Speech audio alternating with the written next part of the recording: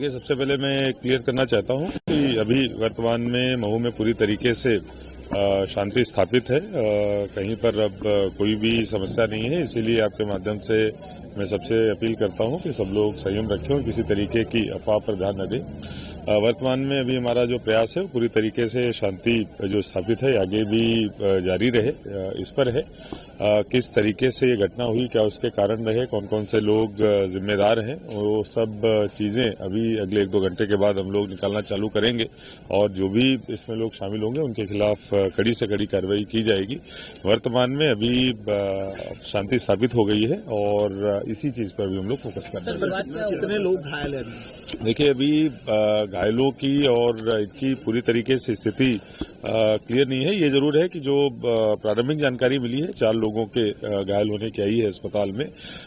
इसके अलावा बाकी तथ्यों की पड़ताल की जा रही है। जैसे ही सारे तथ्य हमारे सामने आएंगे वैसे ही और इसके अलावा जो FIRs होंगी उसके आधार पर कार्रवाई की जाएगी। गाड़ियां जलाई गई है, घर जलाए गए हैं, कितना नुकसान हुआ अभी तक? देखिए, 2-3 जो अभी तक हमें जानकारियां प्राप्त हुई हैं उसमें कुछ बाइक्स के दुकान के जलने के कुछ वीडियोस भी आए हैं और जो हम लोगों ने यहाँ पर घूम के देखा है वो सामने ऐसे दिखा भी है। जैसे मैंने बताया कि अभी वर्तमान में हमारा पूरा फोकस इस पे है कि तुरंत शांति स्थापित हो जाए, किसी तरीके का उपद्रव ना हो, जिसमें हम लोग अभी तक सफल हो चुके हैं। जो बाकी की सारी चीजें हैं उनकी पड़ताल करके आगे कार्रवाई हम लोग करेंगे। देखिए, फिर मैं कहूंगा कि ये सब सारी चीजें जांच का विषय है और सभी तथ्य जब हमारे सामने आएंगे तब हम लोग इस बारे में कुछ कह पाएंगे। वर्तमान में अभी शांति स्थापित रहे, इस पर फोकस कर रहे हैं। अगले 2-3 घंटे में आपको बाकी की इतने सारे पत्थर। देखिए, फिर मैं कहूंगा कि अभी कुछ नहीं कहा जा सकता है। जो भी परिस्थितियां निर्मित हुई हैं, जिस तरीके से चीजें हुई हैं, वो सब पड़ताल के बाद पता चलेगा। अभी शांति स्थापित करने पे हम लोग ध्यान दे रहे हैं। जो लोग भी जिम्मेदार होंगे किसी को छोड़ा नहीं जाएगा, सब पे कार्रवाई की जाएगी।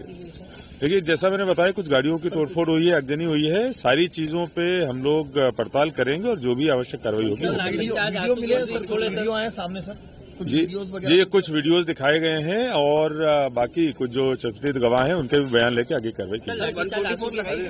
यहाँ पे 2 पक्षों के बीच में तनाव हुआ है और कुछ आगजनी और कुछ पथराव की घटनाएं हुई हैं। अभी स्थिति पूरी तरह काबू में है, पूरी तरह शांति है यहाँ पे और मैं सभी को ये सख्त रूप से बताना चाहूंगा कि कोई भी किसी अफवाह पे ध्यान न दे और किसी भी तरह से कानून व्यवस्था को अपने हाथ में लेने का प्रयास न करे। घटना यहाँ पे जो जुलूस निकला था मैच के संबंध में, उसमें जुलूस के दौरान कुछ उसमें तनाव की स्थिति उत्पन्न हुई। उसके बाद जो है उसमें कुछ पथराव और आगजनी की घटनाएं हुई हैं। सर, कितनी गाड़ियां जली है अब तक, कितना नुकसान हुआ है? इस पूरे का अंदाजा अभी लगाया जा रहा है और जो है इसमें जो वैधानिक कार्रवाइयां हैं वो पूरी करेंगे हम अभी और उसके अनुसार जिसमें जो लोग दोषी पाए जाएंगे उस पर भी हम कड़ी कार्रवाई करेंगे। किस तरफ से हुआ था सर और कितने इलाकों में हुआ है? 4-5 स्पॉट्स हैं जो शहर के मध्य में जहां पे ये पथराव की घटना हुई है। तरफ से हुआ था? ये पूरा असर्टन किया जा रहा है अभी और जो है पूरा यहाँ पे दोनों तरफ से पथराव हुए हैं और इसमें अभी हम लोग आगे भी सब पूरे FIR करेंगे और जितने भी लोग इसमें जिम्मेदार हैं उन पर कार्रवाई भी करेंगे। क्या कोई लोग घायल भी हुए सर? कितने लोग हुए? कुछ लोग इसमें घायल हुए हैं जो कि कुछ उसमें रेफर भी हुए हैं, वो अभी MIS में उपचार रहते हैं। सर, बताया जा रहा है कि कोई जिला बदर व्यक्ति था, 2 बार जिला बदर पुलिस कर चुकी है, उसका वीडियो भी सामने आया है और वो कह रहा है खुले से कि जो कानून बना लो वीडियो, बताओ तो होगा। नहीं, इसमें जितने भी वीडियोज हैं, जितने भी इसमें जिन लोगों की संलिप्तता है उनको जो है कड़ी उन पर कार्रवाई होगी और आगामी घंटों में जो है इसमें हम पूरी इसमें कार्रवाई संपादित कर लेंगे। जुलूस जो था ये मस्जिद के सामने पहुंचा था और आपत्तिजनक नारे लगाए थे, ऐसा पूरी अभी चीजें अभी स्पष्ट कर रहे हैं हम अभी इसमें प्रारंभिक विवेचनाएं चल रही हैं और पूरा घटनाक्रम उसमें साफ हो जाएगा, उसके बाद हम आपको अवगत कराएंगे। पूरे महू में हमने जो है काफी फोर्स इसमें लग गया है, काफी अगल बगल के सभी थानों से और जो अपना रिजर्व फोर्स है वो भी आ चुका है और उसमें हमने पूरे जितने भी संवेदनशील इलाके हैं वहाँ पे हमने पेट्रोलिंग भी लगा दी है। तो अभी पूरी तरह स्थिति काबू में है, शांतिपूर्ण है। आर्मी के जवानों को भी मोर्चा संभालना पड़ा, मैदान में आना पड़ा? उस संबंध में मेरे को जानकारी नहीं है, वो हम अलग से उसको पता करेंगे। डेथ हुई है? नहीं, ऐसा कुछ नहीं हुआ है। अभी कितने लोग चलने नाम आए सामने? नहीं, ये अभी विवेचना प्रारंभिक स्तर पे है और हम इसमें पूरी कार्रवाई कर लें फिर आपको अवगत कराएंगे। सभी चीजों को देखा जा रहा है अभी। इंडिया न्यूजीलैंड मैच के बाद कुछ जुलूस निकल रहे थे, जिसमें कुछ लोगों ने मस्जिद के बाहर पटाखे चलाए, जिसके बाद दोनों पक्षों में विवाद की स्थिति उत्पन्न हुई और दोनों तरफ से पथराव हुआ। पुलिस बल जो है वो पूरी तरह यहाँ पे मौजूद है और लगातार पेट्रोलिंग भी कर रहा है। अभी यहाँ पे पूरी तरह से शांति बनी हुई है। कितने लोगों को भी चिन्हित किया गया है, क्या कुछ अभी जानकारी मिली है? अभी कुछ लोगों को चिन्हित किया हुआ है और उन पे पुलिस बहुत सख्त कार्रवाई भी कर रही है। पुलिस उनको अभी रात को ही उनको पकड़ेगी भी, और बाकी लोगों को भी आपके माध्यम से मैसेज भी देना चाहती है कि कोई भी किसी तरह की अफवाह में न विश्वास करे और न ही कोई तरह की अफवाह फैलाए। कितने लोग घायल हुए हैं?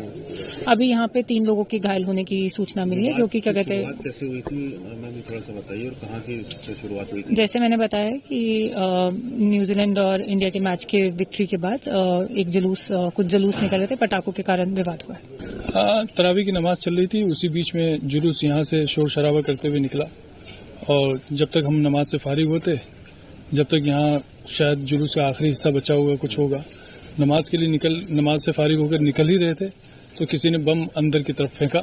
सुतली बम था वो, और उससे पूरा धुआं उठा और पूरी सिचुएशन क्रिएट हो गई और सारे लोग पैनिक हो गए। इस तरह फिर वो बात बढ़ती चली गई। फिर क्या हुआ? बस कुछ नहीं, बस मेरा तो कहना यह है कि मुझे समझ में ही नहीं आ रहा है कि ये जुलूस आखिर निकला कैसे, और दूसरी बात इस रूट से कैसे निकला। तो ये निकल सकता है जुलूस के लिए, किन लोगों ने परमिशन ली थी? क्या बिना परमिशन के निकलता? और दूसरी बात यह है कि अगर परमिशन ली थी तो कितनी गाड़ियों की, कितने लोगों की, किस तरह की सिचुएशन में परमिशन दी गई थी? पथराव की नौबत कैसे आई? किसकी तरफ से पहले पथराव हुआ? पथराव की नौबत ऐसे आई कि पहले वो जिन लोगों ने बम वगैरह जो भी फेंका था, उस फेंकने की वजह से उसके साथ कुछ हाथापाई हुई। हाथापाई में मैं बाहर निकला और मैंने उस आदमी को निकालकर बाहर निकाला और इतने में वो अमित जोशी आए, उन्होंने बातचीत शुरू की। मैंने उनसे कहा कि ठीक है, थाने पर बात करते हैं, कोई बात नहीं, आराम से बात करते हैं। अमित जोशी यहाँ इलेक्ट्रॉनिक की दुकान है उनकी, वो आए थे और उन्होंने बातचीत नहीं, मुझे ये पता नहीं है, मैं उनको पर्सनली थोड़ा सा जानता हूँ, इसलिए मुझे नाम याद है। तो उसके बाद उन्होंने यहाँ से वो गए और वहाँ से वो वहाँ पहुंचे होंगे और उसके बाद उधर से पथराव शुरू हुआ। यहाँ प्रशासन के सामने हम बात कर ही रहे थे, हमारे साथ जो लोग नमाजी थे और इसके अलावा जो और लोग थे जो आसपास से आ गए हों, हो सकता है यहीं पास में रहने वाले, जब शोर शराबा सुना तो आ गए। तो हम पुलिस प्रशासन के साथ बैठकर उनको बिठाकर समझाइश देकर बात कर रहे थे, इतने में उधर से पथराव शुरू हो गया। पुलिस के सामने पथराव हुआ? हाँ, पुलिस के सामने शुरू हुआ। आप लोगों की तरफ से पथराव हुआ? वो तो फिर होना ही था, फिर क्यों नहीं होगा? शुरू ही उधर से हुआ है तो फिर पब्लिक तो पब्लिक है, जनता तो जनता होती है। कितने लोग घायल हुए?